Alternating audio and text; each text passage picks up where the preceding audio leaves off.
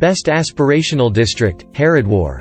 Niti Aayog has declared Haridwar city of Uttarakhand as the best aspirational district on the basis of 5 parameters.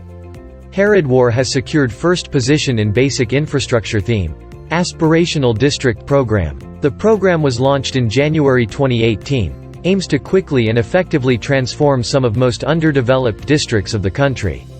This scheme has been implemented along with the central and state schemes.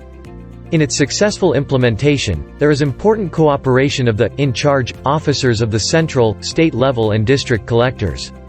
The competition between these districts is maintained through equated monthly delta rankings, so that they are eager to make it a success.